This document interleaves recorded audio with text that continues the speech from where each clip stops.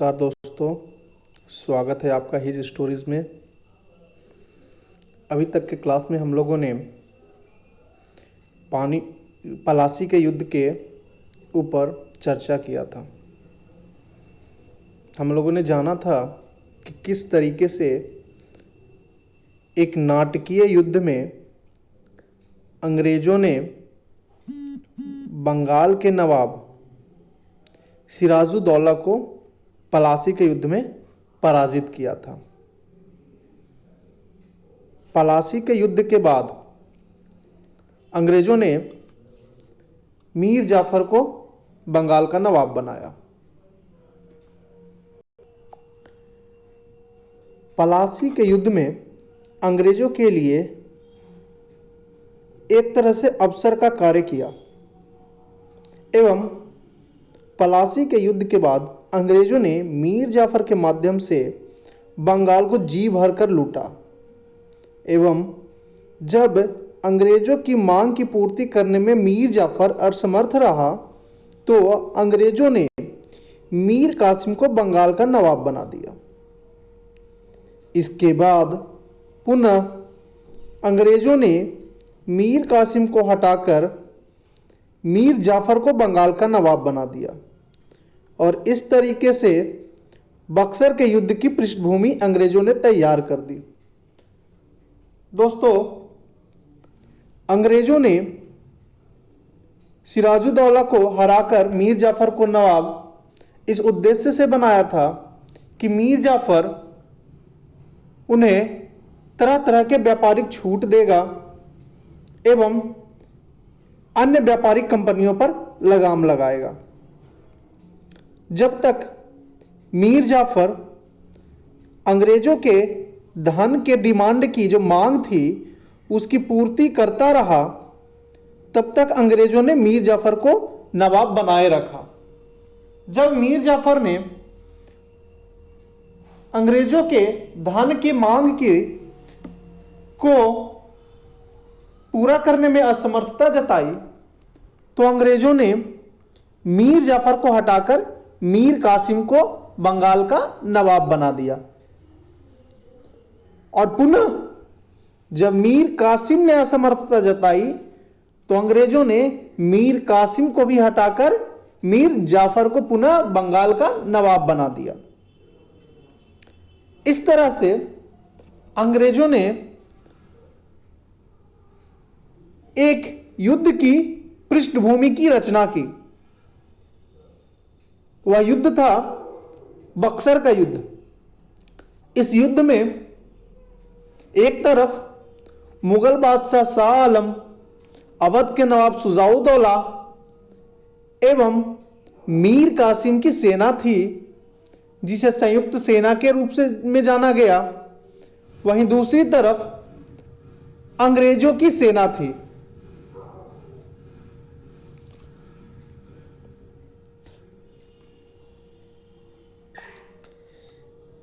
(1764) में जो बक्सर का युद्ध हुआ उसके निम्नलिखित कारण थे जिनमें सर्वप्रमुख हम चर्चा करेंगे मीर जाफर के शासन के बारे में। मीर जाफर जब बंगाल का नवाब बना तो बड़ा ही संकीर्ण व्यक्ति था। नायाब बनते ही उसने हिंदू राजाओं के साथ दुर्व्यवहार करना शुरू कर दिया। अंग्रेजों ने भी मीर जाफर को हिंदुओं के विरुद्ध भड़काया एवं फूट डालो एवं शासन करो की नीति का क्रियान्वयन किया। चूंकि मीर जाफर धार्मिक रूप से संकीर्ण विचारधारा का व्यक्ति था और अंग्रेज भी अपना स्वार्थ मुस्लिम पक्ष को अपने साथ रखने में तथा हिंदू और मुस्लिम में लड़ाई लगवाने में देख रहे थे, इस कारण अंग्रेजों ने भी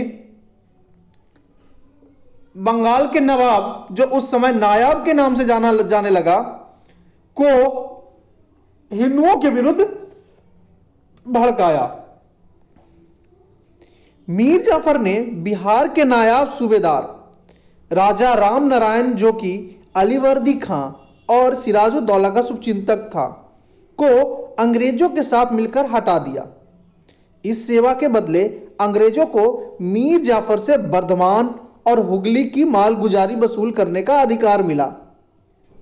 रामनारायण के बाद रॉबर्ट क्लाइव और मीर जाफर ने उड़ीसा के हिंदू नरेश राम सिंह को उखाड़ फेंका। इस तरीके से हम देखते हैं कि जब मीर जाफर बंगाल का नवाब बनता है तो अधीनस्थ जितने भी नायब सूबेदार थे, जो हिंदू नायब सूबेदार थे, उन नायब सूबेदारों को हटाने का कार्य किया गया। डचों का आक्रमण। मीर जाफर जब नवाब बना तो मीर जाफर से अंग्रेजों ने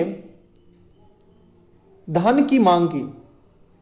प्रारंभ में तो मीर जाफर अंग्रेजों को धन देता गया, लेकिन एक समय के बाद मीर जाफर अंग्रेजों को धन देने में असमर्थता जताने लगा एवं साथ ही साथ वह अंग्रेजों से मुक्ति चाहने लगा। वहीं दूसरी तरफ अंग्रेज व्यापारिक कंपनियों के संबंध अन्य व्यापारिक कंपनियों से प्रतिस्पर्धात्मक थे, जिसमें वे एक दूसरे के शक्तियों को संतुलित करने की कोशिश में लगातार लगे हुए थे। इस स्थिति में मीर जाफर ने डचों को बंगाल पर आक्रमण करने के लिए उकसाया। 1759 ईस्वी में डचों ने बंगाल पर आक्रमण कर दिया। 1759 के बेदरा के युद्ध में डचों की निर्णायक हार हुई, जिसमें महत्वपूर्ण भूमिका कर्नल फोर्ड के द्वारा निभाई गई। बेदरा के युद्ध में पराजित होने के बाद डचों की शक्ति भारतीय राजनीति में सीमित कर दी गई एवं यह तय हुआ कि डच अब भारतीय राजनीति में हस्तक्षेप नहीं करेंगे। 1760 ईस्वी की क्रांति। 1757 से 1760 ईस्वी तक जब तक रॉबर्ट क्लाइव बंगाल में रहा, उसने बंगाल में अंग्रेजों की प्रभुत्ता बनाए रखी। 1760 ईस्वी में रॉबर्ट क्लाइव इंग्लैंड चला गया। क्लाइव के बाद हॉलवेल गवर्नर बना। दोस्तों, यह वही हॉलवेल है जिसने काल कोठरी वाले कांड का जिसे सूत्रधार कहा जाता है। इसी बीच मीर जाफर के लड़के मीरन की मृत्यु हो जाती है। मीर जाफर के लड़के मीरन की मृत्यु के बाद प्रश्न यह उठता है कि बंगाल का अगला नवाब कौन होगा। एक तरफ अंग्रेज जो थे मीर जाफर के व्यवहार से असंतुष्ट थे, क्योंकि मीर जाफर ने अंग्रेजों के खिलाफ डचों से सहायता ली थी। उधर मीर जाफर भी अंग्रेजों से मुक्ति चाह रहा था, क्योंकि वह अंग्रेजों को दान दे दे करके थक चुका था। इस बीच बंगाल में अराजकता की स्थिति आ गई। अंग्रेज इसके लिए नवाब को दोषी ठहरा रहे थे। हॉलवेल ने मीर जाफर के दामाद मीर कासिम से साठगांठ कर लिया और उसे बंगाल की नवाबी देने का प्रलोभन दिया। मीर कासिम ने बंगाल का नवाब बनने के बदले में कंपनी का पिछला बकाया चुकाने के अतिरिक्त बर्धमान, मिदनापुर और चटगांव के जिले दे देने का वादा किया। वृद्ध, दरिद्र और निर्बल मीर जाफर अंग्रेजों के षड्यंत्र से उब गया था, अतः उसने स्वयं ही गद्दी छोड़ दी। मीर कासिम को नवाब घोषित कर दिया गया। इस प्रकार 1760 ईस्वी की क्रांति बिना किसी रक्त के सफल हो गई। तो दोस्तों, हम देखते हैं यहां पे कि जब मीर जाफर अंग्रेजों के मांग की पूर्ति करने में असमर्थ होने लगता है, तो अंग्रेज मीर जाफर को हटा करके उसकी जगह नए नवाब को लाते हैं, जो मीर जाफर का दामाद होता है, जिसका नाम मीर कासिम था, और उसे बंगाल का नवाब बना देते हैं। बंगाल का नवाब बनने के एवज में मीर कासिम अंग्रेजों को बर्धमान, मिदनापुर और चटगांव जिला दान में दे देता है। इस तरह से एक दशक के अंदर ही बंगाल में दूसरी क्रांति हो जाती है।